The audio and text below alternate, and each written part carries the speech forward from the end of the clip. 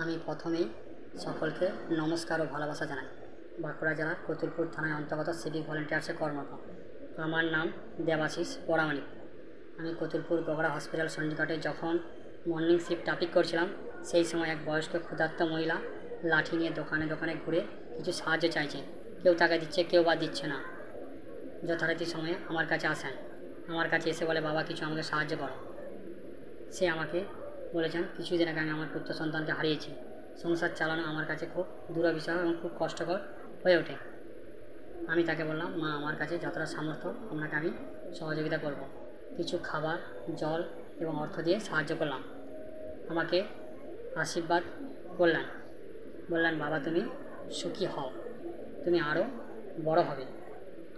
এর পূর্বে কতুলপুর আনন্দপল্লীতে যখন ট্রাফিক করছিলাম, তখন এক পথচারী মহিলা রাস্তাতে পড়ে যায় এবং যথারীতি তাকে আমি বাঁচিয়ে হসপিটালে ট্রিটমেন্ট করে সুস্থ করে বাড়ি পাঠিয়েছিলাম। আমি স্কুলের সময় শিশু ও ছাত্রছাত্রীকে রাস্তা পারাপার করিয়ে দিয়ে থাকি।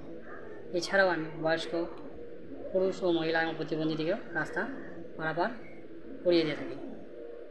আমি ভবিষ্যতে আরও ভালো কাজ করার চেষ্টা করব। যে পয়েন্টে ট্রাফিক করি, সব সময় আমি সবার জনগণের কাছ থেকে এবং সমস্ত পাশাপাশির কাছ থেকে সাপোর্টিং পাই। পরে আমার থানার ওসি এবং ট্রাফিক ওসি যথেষ্ট উৎসাহ এবং উদ্দীপনা দেয় আমার এই কাজে, যাতে আমি ভবিষ্যতে আরও ভালো এবং আরও সুন্দর কাজ করতে পারি, সেটা চেষ্টা করব। আমি জানাই, ট্রাফিক আইন মেনে চলবেন। জীবনটা আপনার, নিজে বাঁচুন এবং অপরকে বাঁচান। সকলের ভালোবাসা এবং সকলের উদ্দীপনা নিয়ে সবাই নিজের জীবনকে সুরক্ষা রেখে রাস্তা পারাপার করবেন এবং নিজে সতর্কভাবে চলার চেষ্টা করবেন। সকলকে জানাই নমস্কার, ভালোবাসা এবং ধন্যবাদ।